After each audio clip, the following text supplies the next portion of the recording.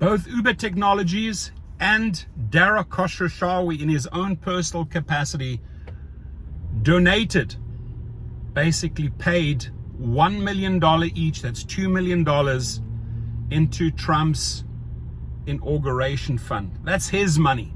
Just like any other campaign or PAC or any company that he set up, he doesn't put that money towards the Republicans. That is his money. Last time around, millions and millions and millions of dollars paid for his legal fees. So Dara Khosrowshahi and Uber know they are writing a check to Donald Trump. And there will be, not only there will be, there have been hundreds and hundreds of tech CEOs, companies putting big donations. I mean, we're talking $500,000 up. Even one of my clients wrote a $500,000 check to that inauguration fund. He will see that as his money. But what that means in the political world is you pay to play. And this is not just Republicans that do that. Democrats take the money, Republicans take the money. This is not a video bashing any individual.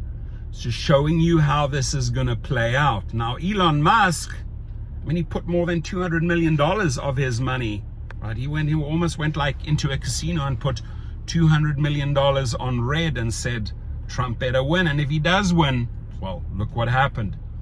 His shares went up. He's worth 400 billion now. Tesla, SpaceX, he gambled, he won. Could have also gone the other way. And that's just how politics work. That's how politics work. You pay to play. Uber and Dara combined paid $2 million to play. To play what?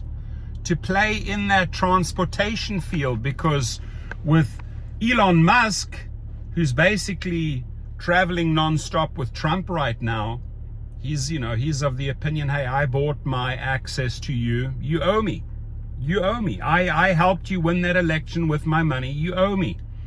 So Donald Trump has to return those favors to Musk at a far higher percentage and involvement than Dara Khosrowshahi could ever afford. Dara Khosrowshahi can't afford to put $200 million down, even if it meant it came from Uber and Dara.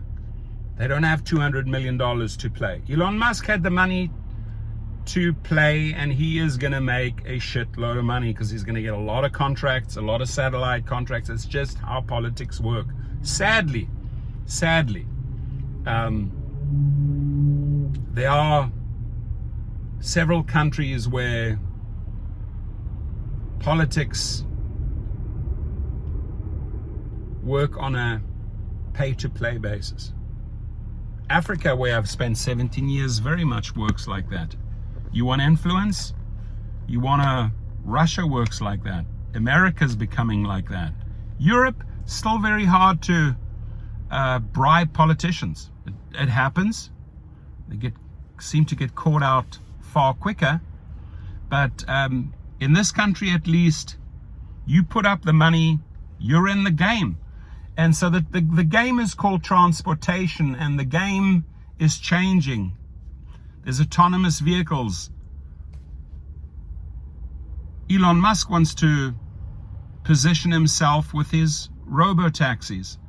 Elon Musk announced yesterday, I'm going to make a separate video on this, doesn't want the crash report percentages reported to the open. He wants that concealed, because the fact is that Tesla has a lot of those crashes on their record. So going forward, playing in that autonomous vehicle and electric vehicle field, Elon Musk already has bought his influence with $200 million. Dara Khosrowshahi says, I will not be left behind.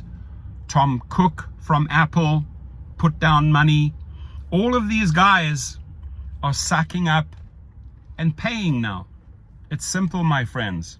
They all want to play in Trump's little sand pit, right? They want to get in there with him, play with the sand, with his little toys. They all make money together. That's how it works. I have facilitated numerous companies that have gone into Africa to do business. I'm the consultant. I would take anywhere from $30,000 to $300,000 to get them in. And you have to pay these politicians. And the big boys that want to make even more money know that, right? You got to wine them. You got to dine them in the best restaurants. You got to pay for hotel accommodation. You have to buy them first class tickets. You have to write checks here, there, everywhere. You just got to say to yourself, how much am I going to budget? How much can I afford to roll into that country? I did that in South Africa. I did that in Mozambique. I did that in Namibia. Made a lot of money. And I facilitated several US companies that are now operating in Africa. So the pay to play, I'm very familiar with it.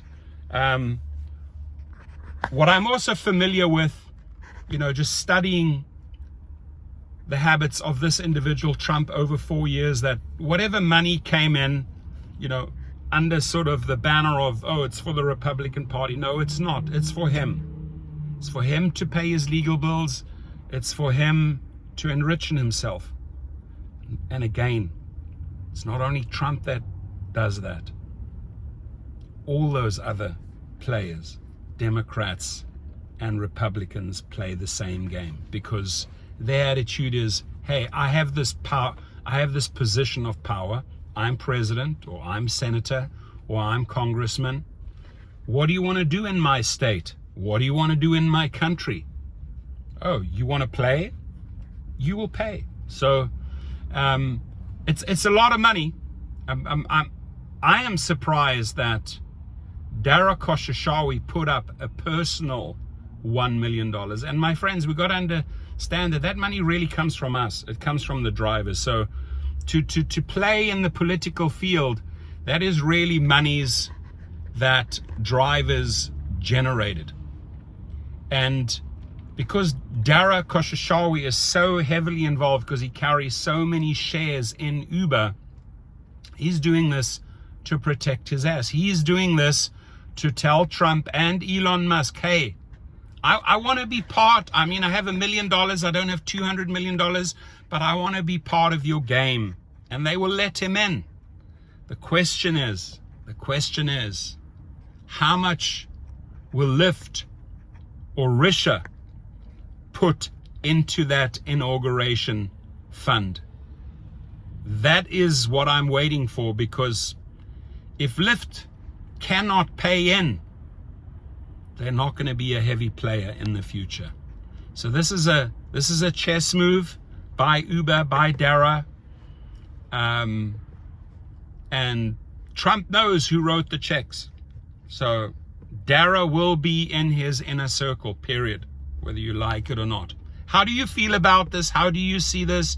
Do you agree sort of with my overall explanation? Do you have a completely different opinion? Always love hearing your feedback. I appreciate you all. God bless.